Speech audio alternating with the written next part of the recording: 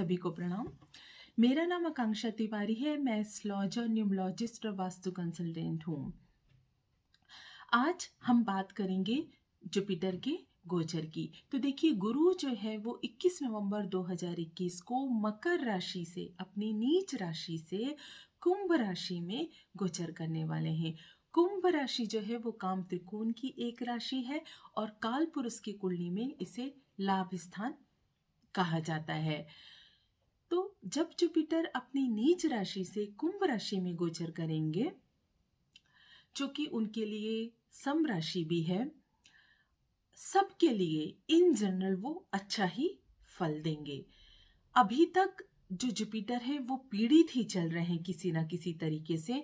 जैसे कि पहले वो सैटर्न राहु केतु के एक्सेस में थे, फिर अभी वो नीच राशि में थे, लेकिन अब जो अपकमिंग गोचर होगा सैटर्न का कुंभ राशि में, फिर मीन राशि में, फिर मेष राशि में, तो ये जो कुछ साल होंगे ये हम सबके लिए ब्लेसिंग के ईयर्स होंगे, क्योंकि कुंभ राशि उनकी सम राशि है, वहां पे वो अच्छा फल देंगे। और 11th हाउस के तो कारक भी कहे गए हैं काल पुरुष की कुंडली में जुपिटर, तो हम सबको ये अच्छा ही फल देंगे। उसके बाद वो मीन राशि में गोचर करेंगे, जो कि उनकी खुद की राशि है, उसमें भी वो अच्छा फल देंगे। फिर मेष राशि में गोचर करेंगे, जो कि उनके मित्र की राशि है, तो उसमें भी वो अच्छा फल देंगे। तो जो अपकमिंग अब जुपिटर का गोचर होगा वो हम सबके लिए ब्लेसिंग की तरह ही होगा।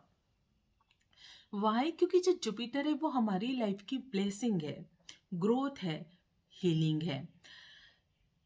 अब ये तो जुपिटर की बात हो गई, और ये वीडियो में मैं आपको जुपिटर के ही गोचर के बारे में बताने वाली हूँ। लेकिन जब आप अपनी लाइफ का पूरा प्रेडिक्शन देखें तो आप सैटर्न और राहु के गोचर को बिल्कुल भी इग्नोर नहीं कर सकते, क्योंकि सैटर्न से हमें आने वाले दुख के बारे में पता चलता है, आने वाली परेशानियां क्या होंगी उसका पता चलता है। इवन डेथ भी बिना सैटर्न के इन्वॉल्वमेंट के नहीं देखी जाती है।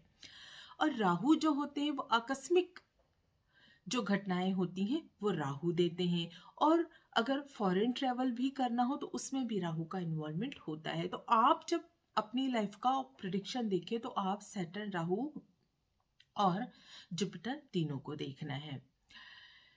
नेक्स्ट बात यह है कि गोचर देखने की और भी मेथड है, लेकिन ये वीडियो में मैं आपको आपकी लगन से गोचर बताने वाली हूँ। जुपिटर एक बार वक्री होने वाले हैं, 29 जुलाई 2022 को वक्री होंगे, एंड अगेन 24 नवंबर 2022 को वो मार्गी हो जाएंगे। कन्या लगन के लिए जुपिटर का ये जो गोचर है 21 नवंबर 2021 को वो कैसा होगा। तो देखिए, कन्या लगन में जो जुपिटर होते हैं वो आपके 4th हाउस के मालिक होते हैं और 7th हाउस के मालिक होते हैं। आपके 4th हाउस और 7th हाउस के मालिक आपके 6th हाउस पे गोचर करेंगे। देखिए, जो 4th हाउस होता है उससे हम लोग अपनी मेंटल पीस, हमारे कंफर्ट, भूमि, वाहन, मकान, जो सारे सुख होते हैं, सुख स्थान है, एक्चुअली माँ का स्थान है, वो सब देखते हैं। और 7th हाउस से मैरिज देखते हैं, मैरिज लाइफ देखते हैं, बिजनेस पार्टनरशिप, मैरिज पार्टनरशिप, ये सब देखा जाता है। तो अब उसका मालिक अगर 6th हाउस पे गोचर करेगा तो ये तो काफ़ी चैलेंजिंग होगा। इतना अच्छा इस गोचर को हम जुपिटर के नहीं बोल सकते हैं, क्योंकि 6th हाउस एक दीर्घ भाव होता है। तो गुरु का उसमें गोचर जो है वो आपके लिए चुनौतीपूर्ण हो सकता है। यहाँ पर जो सबसे पहली बात अगर ध्यान देने वाली ये होगी, जिस पे आपको फोकस करना होगा, कि हेल्थ।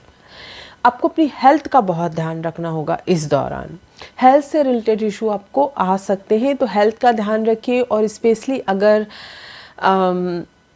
दशा अंतर्दशा सैटर्न की या राहु की चल रही हो तो आपको ज़्यादा हेल्थ का अपना ध्यान रखना पड़ेगा। तो 6वां हाउस होता है 6th हाउस, जहाँ पे गुरु गोचर करेंगे, उसको रोग, ऋण और शत्रु का स्थान बोला जाता है।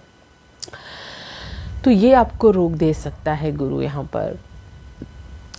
लेकिन गुरु हमारी कुंडली में कारक प्लैनेट हो या कारक, उनकी जो दृष्टियाँ होती हैं वो अमृत के समान मानी गई हैं, तो एस्पेक्ट गुरु के आपको काफ़ी अच्छे फल यहाँ पे दे सकते हैं। जुपिटर का जो एक एस्पेक्ट है वो आपके 10th हाउस में आएगा। तो यहाँ पर यदि आपकी दशा अंतर्दशा अच्छी चल रही है तो कर्म स्थान से रिलेटेड, मतलब नौकरी से रिलेटेड, बिजनेस से रिलेटेड आपको अच्छे फल यहाँ पर जुपिटर दे सकते हैं। अगर आपकी दशा अंतर्दशा अच्छी चल रही है तो आप जॉब चेंज कर सकते हो।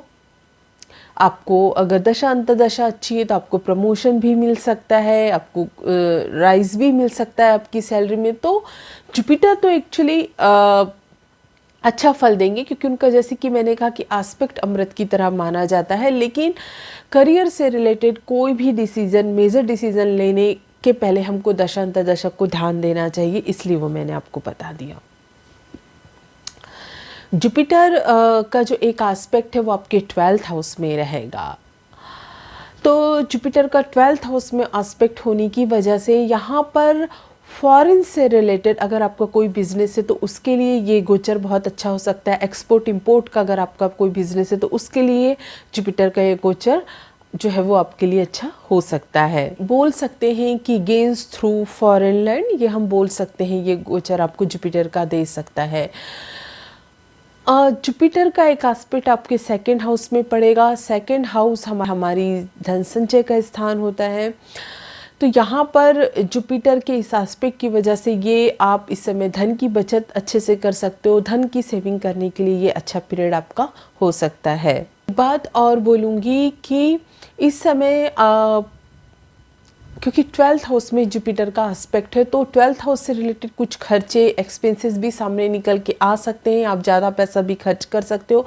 तो इस दौरान माइंड में ये बात ध्यान रखिए कि आपको सेविंग की तरफ ज़्यादा फोकस करना है। अनावश्यक खर्चे बिल्कुल आपको इस दौरान अवॉइड करने हैं। एक्चुअली सैटर्न आपके 5th हाउस में है और राहु 9th हाउस में है। तो यहाँ मैं कुछ बातें आपको बोलना चाहूँगी कि यदि लेडीज़ हैं, अगर वो प्रेग्नेंट हैं और उनका डिलीवरी का टाइम क्लोज है तो थोड़ा ज़्यादा सावधानी रखें इस टाइम पर। और तो अगर हम बिजनेस पार्टनरशिप को भी लेकर देखते हैं, मैरिड लाइफ को भी तो क्योंकि सैटर्न आपके 6th हाउस में गोचर कर रहे हैं और वो 7th हाउस से 12th आता है, तो इस समय वैवाहिक जीवन में भी कुछ इशू आप देख सकते हो। आपकी स्पाउस की भी तबीयत खराब हो सकती है, उनको भी स्वास्थ्य से रिलेटेड इशू हो सकते हैं। बिजनेस पार्टनरशिप में भी कोई प्रॉब्लम आ सकती है। तो ओवरऑल हम कहें तो ये आपके लिए चुनौतीपूर्ण समय हो सकता है, क्योंकि सैटर्न राहु का भी गोचर इतना अच्छा आप लोगों के लिए नहीं है। यहाँ पर आप लोग जुपिटर के उपाय के रूप में क्या कर सकते हो, आप लोग धर्म स्थान में जाकर, मंदिरों में जाकर वहाँ की कुछ सेवा कीजिए, वहाँ पे कुछ काम कीजिए, या ब्राह्मण लोगों को भोजन करवा सकते हैं गुरुवार के दिन। और आप कोई नीडी है तो उनको किसी पुस्तकों का, बुक्स का भी आप जो है वो दान कर सकते हैं। तो ये सब आपको करना चाहिए इस दौरान। और सैटर्न या राहु की दशा या अंतर्दशा चल रही है तो आप लोगों को इस समय शिव उपासना करनी चाहिए, क्योंकि सैटर्न राहु का भी गोचर आप लोगों के लिए इतना अच्छा नहीं है। अभी जब जुपिटर वक्री होंगे, जो कि मैंने कहा है कि 29 जुलाई 2022 को जब जुपिटर वक्री होंगे तब आप लोगों को अपना ज़्यादा ध्यान रखना है। ये जो भी मैंने अच्छे इफेक्ट बताए, यहाँ पे आपको ब्लॉकेज फील हो सकता है, फ्रस्ट्रेशन आ सकता है और काम रुक सकते हैं। तो उस समय आप लोगों को थोड़ा केयरफुल रहना है। लोगों को एस्ट्रोलॉजी से रिलेटेड आर्टिकल पढ़ना पसंद है तो आप मुझे मेरे फेसबुक पेज या इंस्टाग्राम के थ्रू कनेक्ट कर सकते हैं। मेरे साथ जुड़े रहने के लिए, ये वीडियो देखने के लिए आपको प्रेमपूर्वक धन्यवाद। जय श्री राम।